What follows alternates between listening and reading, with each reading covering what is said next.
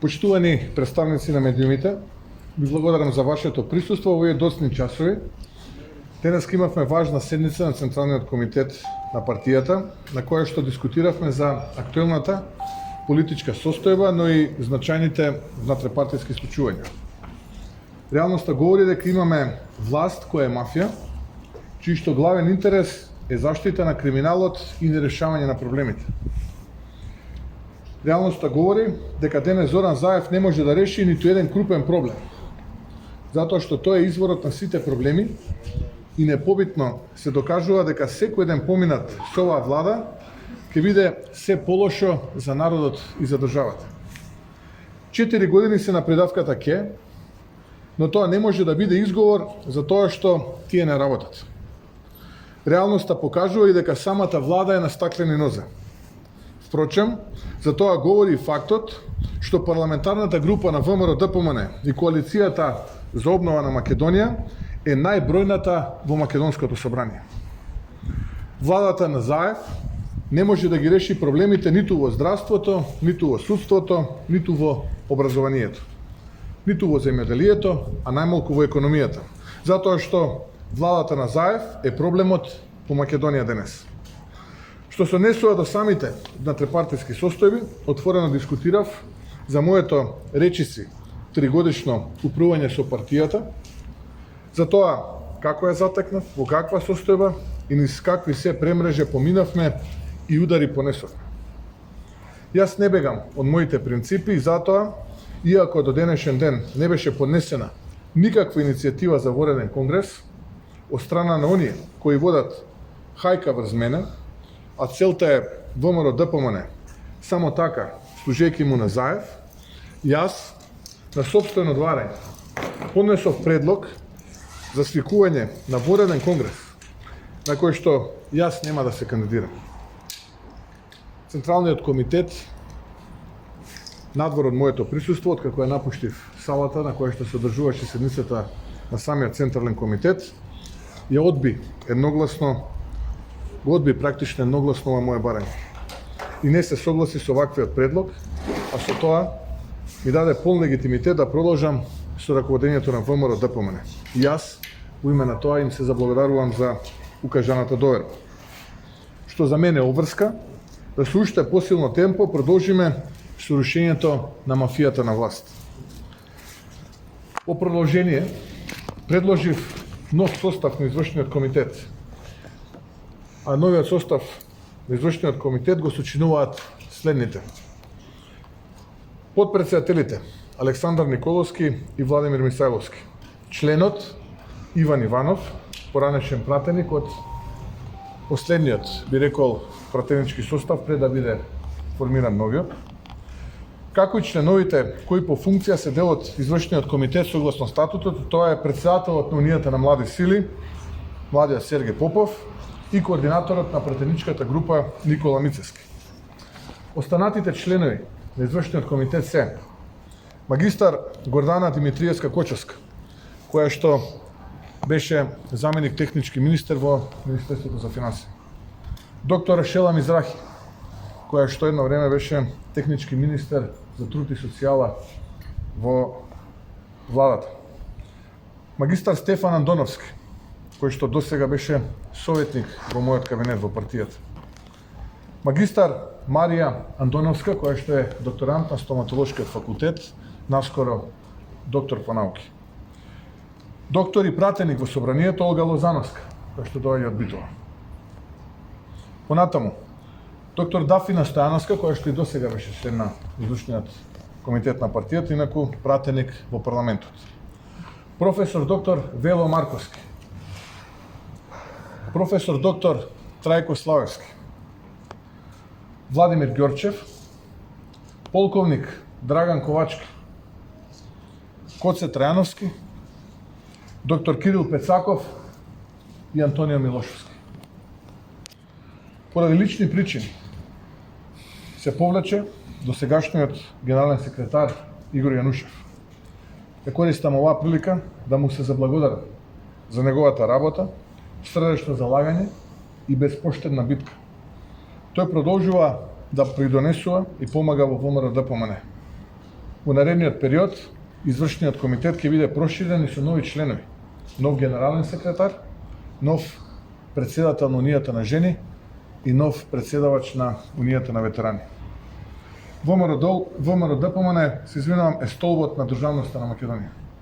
ВМРО-ДПМН е кичмата на македонизмот. И од тука, ВМРО-ДПМН има една единствена цел, а тоа е победа над мафијата, неправдите и злото наречено власт на Зоран Заев. Јас сум сигурен дека тоа нема да биде едноставно. Ние немаме работа со политичка длабочина, ниту политичка мудрост, ниту со политичка ширина. Имаме работа со мафија. Мафија која што уценува. Мафија која што притиска. Мафија која што тепа неистомисленици. Мафија која што подкупува. И мафија која што е се, само не политичари. Затоа, ова нема да биде лесна задача, но сите оние кои што се сега дел од структурите на партијата се апсолутно свесни за овој предизвик. И затоа граѓаните во Македонија секогаш имаат очекувања само од ВМРО-ДПМН. Затоа што ВМРО-ДПМН во минатото ВМРО се дел од македонскиот идентитет. Тие се дел од ДНК-то на македонецот и затоа, без разлика дали ВМРО-ДПМН е опозиција, дали ВМРО-ДПМН е власт, македонските граѓани имаат очекувања само од ВМРО-ДПМН. И затоа ВМРО-ДПМН секогаш од политичките, но и од другите хиени било е и ќе биде предмет на напад. Секој сака да го разниша главниот носечки столб на македонската нација и на македонската држава.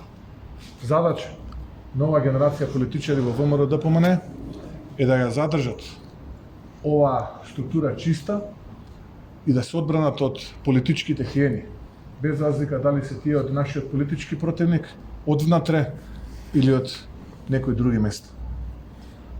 Опозицијата во оваа држава е посилна од власта и власта не треба да се плаши од одмазда, туку таа треба да се плаши од правда, која што порано или подоцна ќе дојде. Ви благодарам. Ако имате прашање? Да, може едно прашање. Дали тоа што ќе бидете нов генерален секретар и председател на жени на ветерани, значи дека на денешната седница констатирате некои слабости околу нивното работење за време на парламентарните избори? Генералниот секретар се повлече од приватни причини, од местото генерален секретар на партијата. Мандатот на председателката на Унијата на жени е истечен. Беше распишен конкурс. За конкурсот зборувавме на една од минатите пресконференции. Конкурсот е во тек. Мислам дека денови се очекува негово завршување и сите оние апликанти на тој конкурс ќе имаат можност да се представат пред раководството на партијата. Раководството на партијата понатаму ќе го одбере најдобриот апликант. Што се однесува до Унијата на ветерани, таа после подолго време согласно новиот статут се воспоставува, има повеќе од 97 апликанти. По периодот кој што следи ќе се проследат интервјуа со тие апликанти, ќе биде формирано претседателството, а претседателството само ќе избере председавач на Унијата на ветерани, согласно статутот, председавачот на Унијата на ветерани и председателката на Унијата на жени ќе бидат дел од новиот состав на извршниот комитет на партијата. Следно прашање, до кога може да се очекува да изберете нов генерален секретар, ако си има предвид дека тоа е многу важна функција? Во периодот кој што следи, ќе бидат извршени консултации со повеќе можни потенцијални кандидати за позицијата генерален секретар и многу скоро денеска таа позиција ќе биде исто така. А за името не би можел сега да кажам, бидејќи навистина не го знам. Споменавте политички хиени, во контекст за да може претпоставиме кои се политички хиени кон вас по политички против. Не е проблем, Христијан. Проблемот е ВМРО-ДПМН. Затоа што ВМРО-ДПМН е дел од македонскиот идентитет, како што е ВМРО. И заради тоа е плен на тие хиени. Без разлика дали тие се представувале како месии или биле атрактивни по социјалните медиуми. Без разлика дали тие се опозициони или позициони. Целта е да овој столб на македонската нација и македонската држава биде урнисан. На тој начин многу полесно ќе урнати куќата. Тоа е целта, не е проблемот, Христијан. Тоа е задачата на овие хиени. Некои поединечни миња. Не би зборувал за нив. Како дојдовте до идејата да изберете Дело Марковски?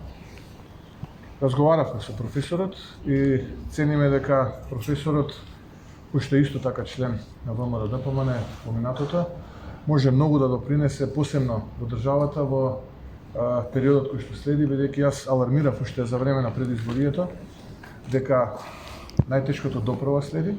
Гледам денеска цела влада ги повторува тие зборови дека доправа доаѓа сезоната на грипот, дека можно е да се случи сериозно зголемување на бројот на лицата кои што ќе бидат заразени од ковид вирусот, но истовремено тоа да се поклопи и со лицата кои што ќе бидат заболени од сезонскиот грип.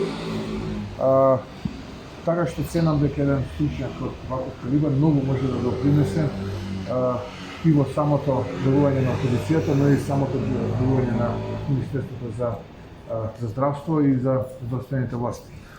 Македонија требаше да има 2000 заболени и неколку десетици починати. За жал денеска имаме ближиме до бројката од 16.000 речиси заболени, близу 700 починати. Никој не презема никаква одговорност, се потрошија милиарда евра. Ситуацијата е се полоша, луѓето се безпомошни, безнадежни и ценам дека стручњаци од ваков тип, заедно со сите оние стручњаци во државата, кои што се денеска игнорирани од самобендисаната мафија во владата, можат и како барем со идеи вака во јавноста да допринесат многу во справување со оваа пандемија, која што ние се уште не сме излегли од првиот бран, а веќе го очекуваме вториот бран. 7 месеци се мачиме. 7 месеци луѓе умираат. 700 мртви после Втората светска војна намало немало во Македонија поради една причина. И никој не понесе одговорност. Ниту Караджовски, ниту тој тим таму кој што е околу Караджовски, ниту пак надлежните. Да не зборуваме за образованието, да не зборуваме за културата, спортот и така натаму. Денес имаме полни дискотеки во еден град во Југоисточна Македонија, а театрите и кината не работат. Државата ја губиме. Тоа е најголемиот проблем. И затоа ВМРО ДПМН ќе стори се што е во наша моќ на било кој план да го покаже својот државотворен капацитет и да им покаже како се сака и како се работи за сопствената. Вашата партија организираше досега тематски протести. Разговаравте ли околу ова, ќе продолжите ли и што да очекуваме во наредниот период во делување на ВМРО?